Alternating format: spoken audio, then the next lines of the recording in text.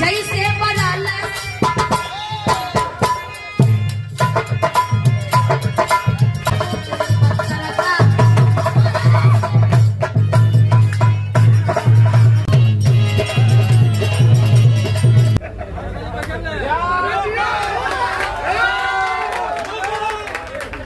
गावा सुधीरवा गौलो सर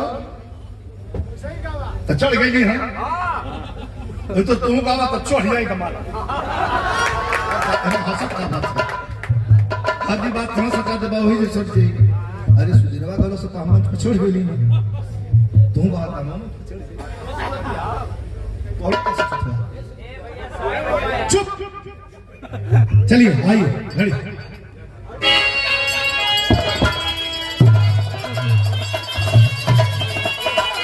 आज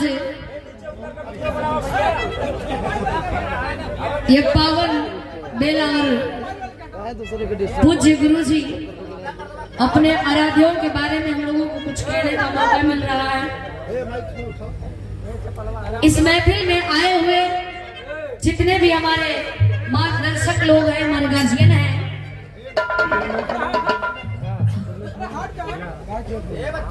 इस गुरु दरबार में आए हुए हमारे महानुभाव लोगों को मैं चरण छू करके चरण स्पर्श कर रही हूँ और सम्मानित मैं गुरु महाराज को भी प्रणाम कर रही हूँ और विराट सम्राट जिनके छत्र छाया में हम सब कलाकार पल रहे हैं, कुछ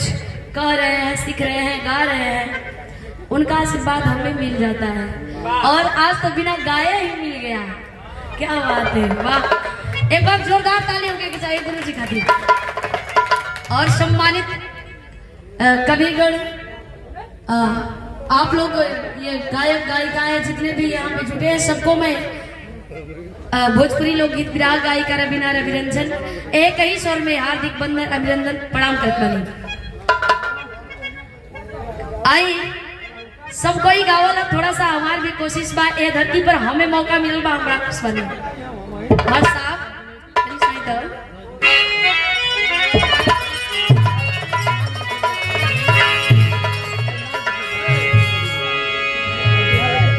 आरे एक दो घूट पियला सिका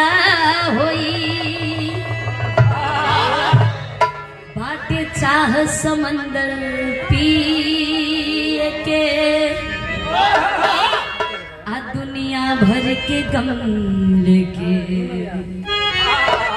आ बोलो के चाहता जी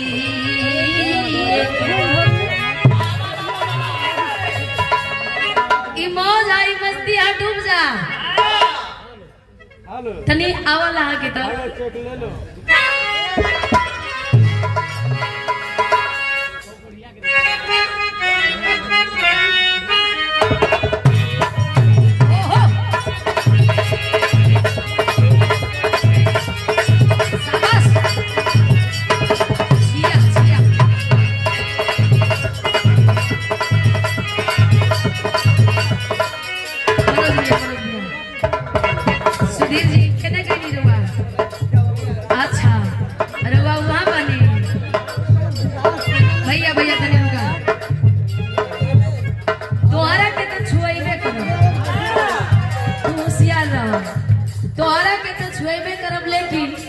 गुरुजी आपो के तन की सलाह होती है,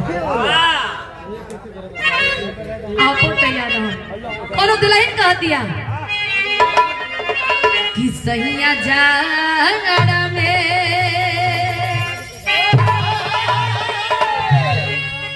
राजा जागड़ा में, ए सैया जागड़ा में गवना करी थी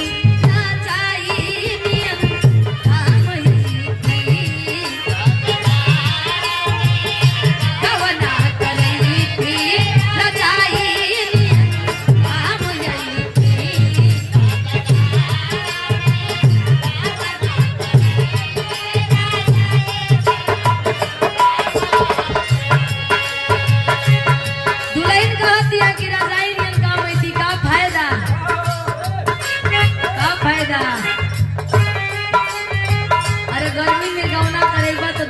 धोइले हो जाई। आइए जाड़ा में करे ये महेश भैया सद जाई। और मारे राजा जाड़ा में ए राजा ए करे जाऊं जाड़ा में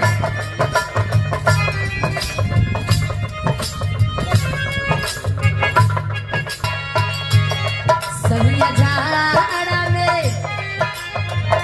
करे जाऊं जाड़ा में भवना करे ताई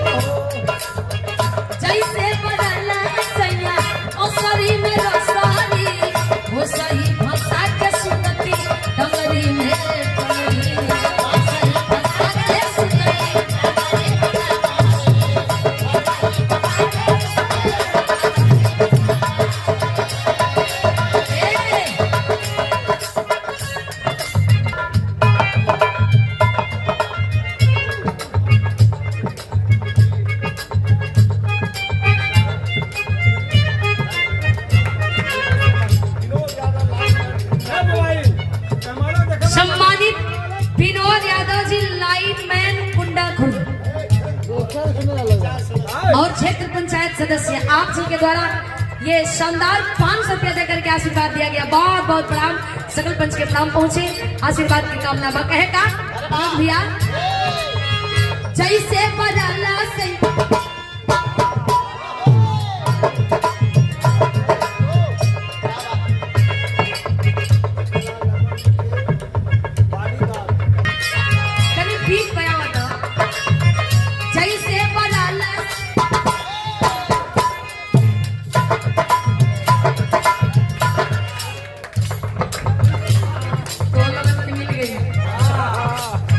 जैसे बराला सैया रोसरी में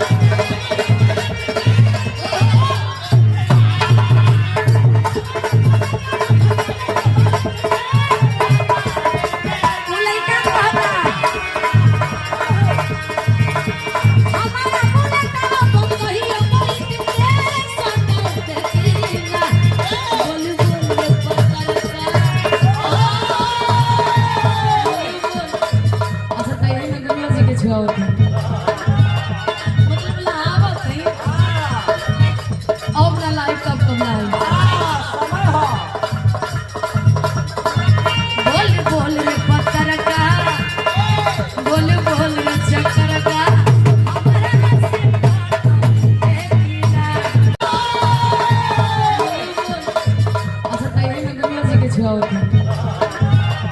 मतलब लावत है अब ना लाइव कब कब लाइव बोल बोल रे पत्थर का बोल बोल रे चक्कर का हमरा से देखिना बोल बोल रे पत्थर का जिया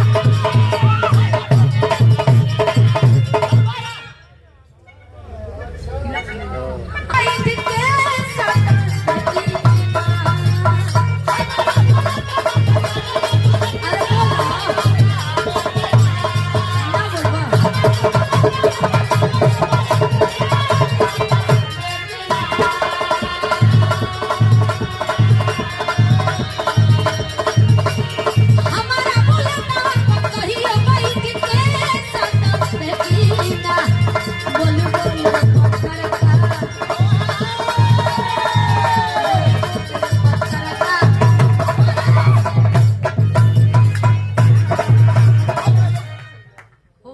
वजह मत कहे